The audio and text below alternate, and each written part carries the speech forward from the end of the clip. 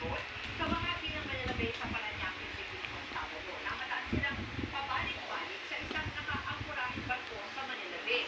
Apat lang sa kanila ang may passport at employment visa habang ang iba ay hindi dokumentado.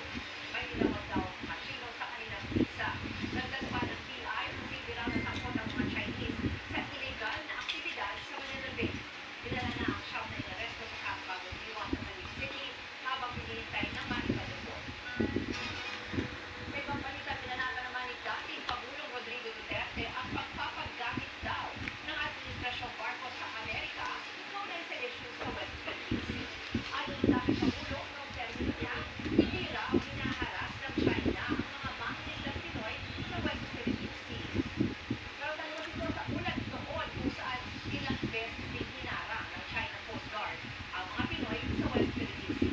Kini Duterte, mas tumindi lang daw ang tensyon ng malungkot na si Pangulong Marcos. Anya, mas pinili raw ng Pangulo na maging malapit ulit sa Amerika at magpagamit para kalaban ang China. Hindi ko na i-implement I will be storytelling kung ano talaga nangyari. Alam niyo kung bakit yan. What's the reason of the self? Well, let us start by never mind the people that America Oficial, начать притягивать, быть семья, мам, свечать работу. Я пошел под